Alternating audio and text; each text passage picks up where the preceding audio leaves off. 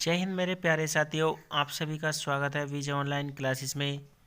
तो guys NCERT कक्षा 10 विज्ञान चैप्टर नंबर 3 धातु अधातु।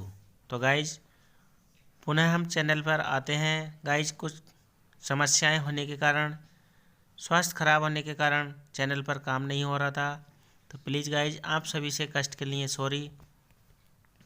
पुनः वापस चलते हैं तो देखते हैं guys question number 2, next most important question answer 10th class all competition exam के लिए, बोर्ड एग्जाम के लिए। तो देखते हैं गाइज, एल्युमिनियम से बनी वस्तुएं संचारित क्यों नहीं होती हैं। आंसर है, देखिए, एल्युमिनियम से बनी वस्तुएं संचारित नहीं होती हैं क्योंकि इन वस्तुओं की सतह पर एल्युमिनियम तथा वायु की ऑक्सीजन की अभिक्रिया से, यानी कि एल्युमिनियम से ऑक्सीजन की अभिक्रिया होने के कारण एल्युमिनियम पर जो है ऑक्सीजन, एल्युमिनियम ऑक्साइड की परत बन जाती है। इस कारण से इनमें संचारण, यानी कि एल्युमिनियम का संचारण नहीं हो पाता है। ठीक है गाइज, जो एल्युमिनियम ऑक्साइड की जो परत है वो सुरक्षा कवच का काम करती है। आगे देखते हैं। क्वेश्चन का आंसर आप अपनी लैंग्वेज में भी कन्वर्ट कर कर लिख सकते हैं, वो ज़्यादा बेटर माना जाता है। ठीक है गाइज, नेक्स्ट क्वेश्चन है, संचारण पर टिप्पणी लिखिए। ठीक है गाइज, तो संचारण होता क्या है। 2019 बोर्ड एग्जाम में आया हुआ है, ऑल कंपटीशन एग्जाम के लिए, ऑल बोर्ड एग्जाम के लिए मोस्ट इंपॉर्टेंट क्वेश्चन आंसर है। तो देखिए गाइज, आंसर देखते हैं। धातुओं को वायु में खुला छोड़ देने पर उनमें उपस्थित गैस व जलवाष्प धातुओं से अभिक्रिया करके धातु ऑक्साइड, धातु ताप और सल्फाइड तथा धातु कार्बोनेट बना लेती हैं, जिससे धातुओं का धीरे धीरे क्षय होता रहता है। क्षय का मतलब क्या होता है, क्षरण। तब हम कहते हैं कि धातुएं संचारित हो गई हैं। इस अभिक्रिया को धातुओं का संचारण कहते हैं।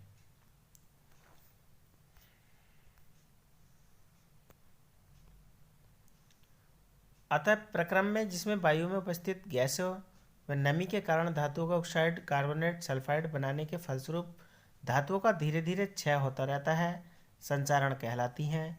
धातुएं जितनी अधिक सक्रिय होती हैं उसका संचारण भी उतनी ही शीघ्रता से होता है, यानी कि उसका संचारण भी उतनी ही तेजी से होता है। नेक्स्ट देखिए, इसमें देखते हैं। नंबर 1 है, खुली वायु में कुछ दिन छोड़ देने पर सिल्वर की वस्तुएं काली हो जाती हैं।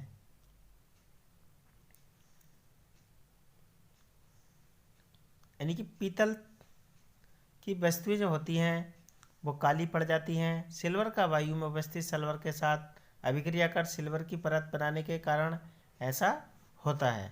ठीक है गाइज। नंबर 2 है, कॉपर वायु में उपस्थित आर्द्र कार्बन डाइऑक्साइड के साथ अभिक्रिया करता है, जिससे इसकी सतह से भूरे रंग की चमक धीरे धीरे खत्म हो जाती है। इस पर हरे रंग की परत चढ़ जाती है। यह हरा पदार्थ कॉपर कार्बोनेट होता है।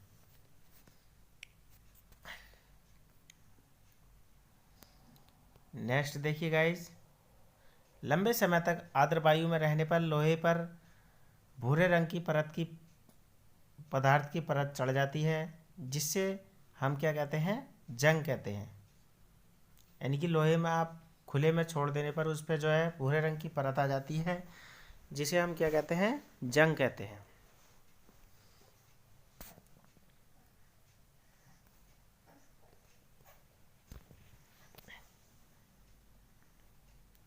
संचारण से बचाव, प्रिवेंशन फ्रॉम करक्शंस। ठीक है गाइज,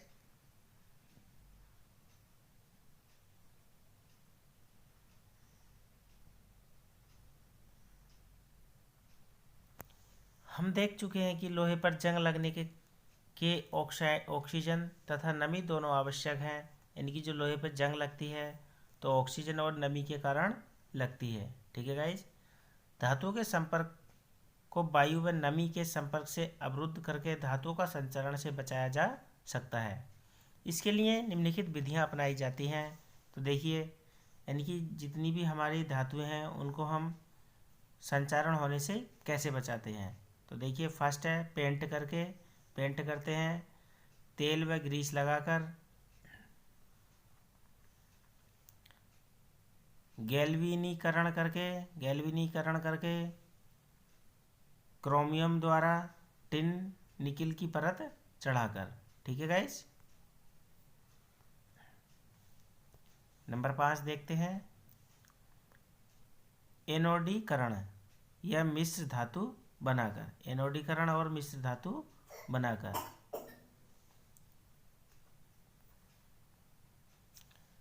नेक्स्ट देखिए, बी क्वेश्चन है इसका, क्या होता है जब केवल रासायनिक समीकरण दीजिए, यानी कि क्या होता है, हमें केवल रासायनिक समीकरण देनी है।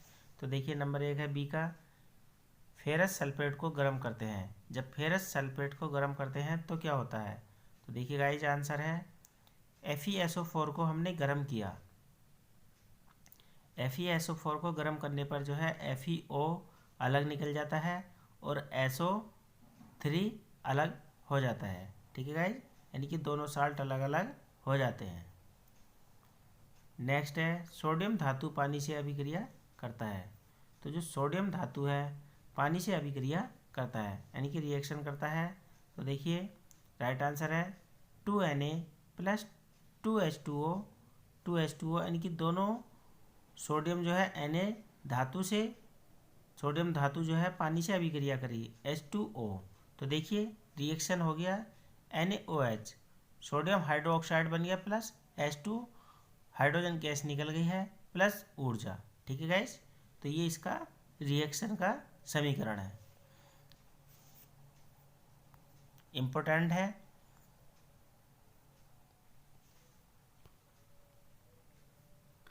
नेक्स्ट क्वेश्चन देखते हैं गाइस,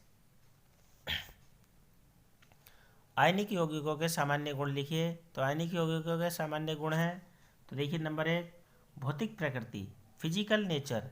आयनिक यौगिक ठोस होते हैं, कठोर भी, क्योंकि धन तथा ऋण आयनों के मध्य प्रबल आकर्षण पर बल होते हैं। ये यौगिक सामान्य भंगुर होते हैं, दाब डालने पर टुकड़ों में टूट जाते हैं। ठीक है गाइज, अब देखते हैं इसका विलयता।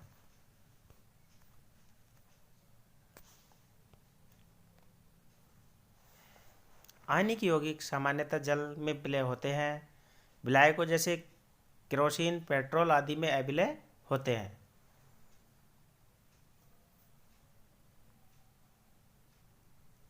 नंबर 3 है गलनांक तथा क्वथनांक। तो देखिए गाइज, वेरी इंपॉर्टेंट है, गलनांक और क्वथनांक अक्सर पूछा जाता है, एग्जाम में आता है। आयनिक यौगिकों के गलनांक क्वथनांक उच्च होते हैं, इनकी हाई होते हैं इनके। इस कारण यह है कि इनमें उपस्थित प्रबल अंतर आयनिक आकर्षणों को तोड़ने के लिए पर्याप्त ऊष्मा की आवश्यकता होती है। ठीक है गाइज,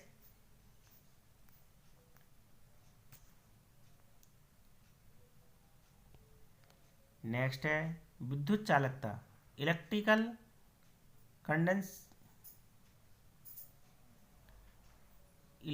कंडक्टिविटी। तो देखिए, किसी विलयन में विद्युत का चालन आवेशण कणों की गति के कारण संभव होता है। किसी आयनिक यौगिक का जल में विलय आयन युक्त होता है, जो विलयन में विद्युत प्रभावित करने पर होता है। ठीक है गाइस,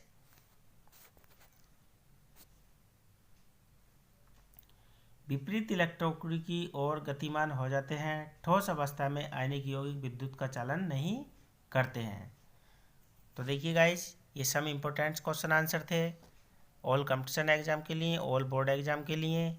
ठीक है गाइस, और जब आप लॉन्ग स्टडी करेंगे तो शॉर्ट क्वेश्चन आंसर अपने आप तैयार हो जाते हैं, यानी कि छोटे छोटे 1-1 नंबर के मल्टीपल क्वेश्चन आंसर, अति लघु उत्तरीय क्वेश्चन आंसर, दीर्घ और शॉर्ट आंसर। तो आपको लॉन्ग क्वेश्चन आंसर जो है ज़्यादा से ज़्यादा तैयार करने हैं, अपनी हैंड राइटिंग में बार बार लिख कर उनको प्रयास करेंगे। ठीक है गाइज, और आपका कोई भी एग्ज़ाम जो है तुरंत सफलता प्राप्त कर लेंगे। ठीक है गाइज, तो गाइज आज के लिए इतना ही। जय हिंद, जय भारत।